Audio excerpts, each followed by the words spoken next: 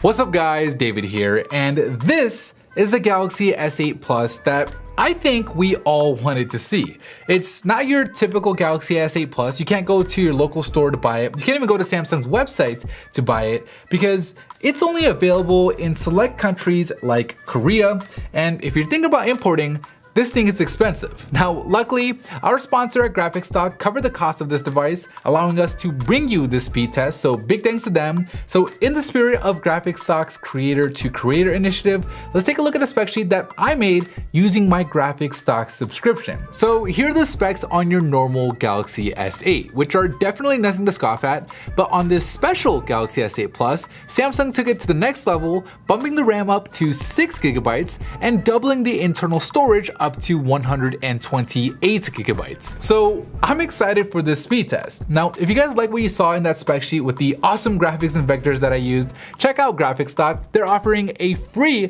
7-day trial at the link below where you get unlimited access to 350,000 plus graphics, photos, vectors, and more. GraphicsTalk is a great tool for anyone interested in DIY, graphic design, art, or any kind of other project. I've been using them for years, so check them out, create something special, and share it with hashtag creator to creator. All right, let's see if those beautifully presented specs actually translate into better real world performance. Let's get right into it.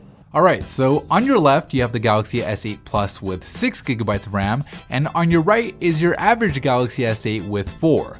Both phones here are being powered by the same Exynos 8895, and both phones are using the faster UFS 2.1 storage. So I don't really expect there to be much of a difference here in the first lap. The only thing that may play a role is the higher 128 GB storage that comes with the 6 GB model, which in theory should have slightly faster read and write speeds. But then again, I don't know if it's going to make much of a difference here, as the faster read and write speeds may only be noticeable during larger file transfers.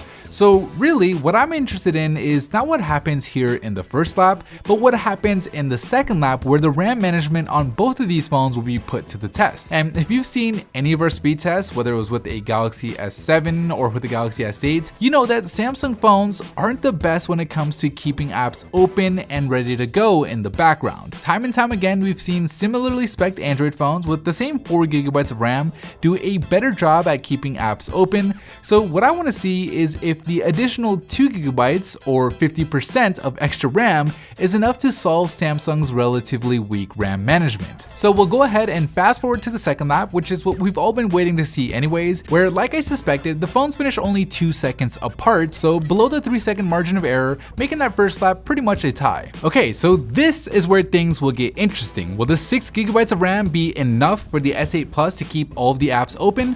So far, so good, but the big test here is Subway Surfers, and yes, the 6 GB packing S8 Plus keeps the game open as it does Lapsit, Photoshop, Snapchat, and Facebook, allowing it to run away with the lead as the 4 GB of RAM on the regular S8 just wasn't enough to keep all of the apps open. It had to reload both Subway Surfers and the Photoshop app here, allowing the beefed up S8 Plus to finish first with a total time of 2 minutes and 10 seconds, while the regular S8 with its 4 GB of RAM just looks inadequate in comparison, with it having to reload most of the remaining apps, pushing it even further behind, with it finally completing the second lap with a total time of 2 minutes and 31 seconds, making the 6 GB S8 Plus possibly the fastest Android smartphone in the world. Anyways, that is it for me in this video. Thank you guys for watching, and as always, I'll see you in the very next episode.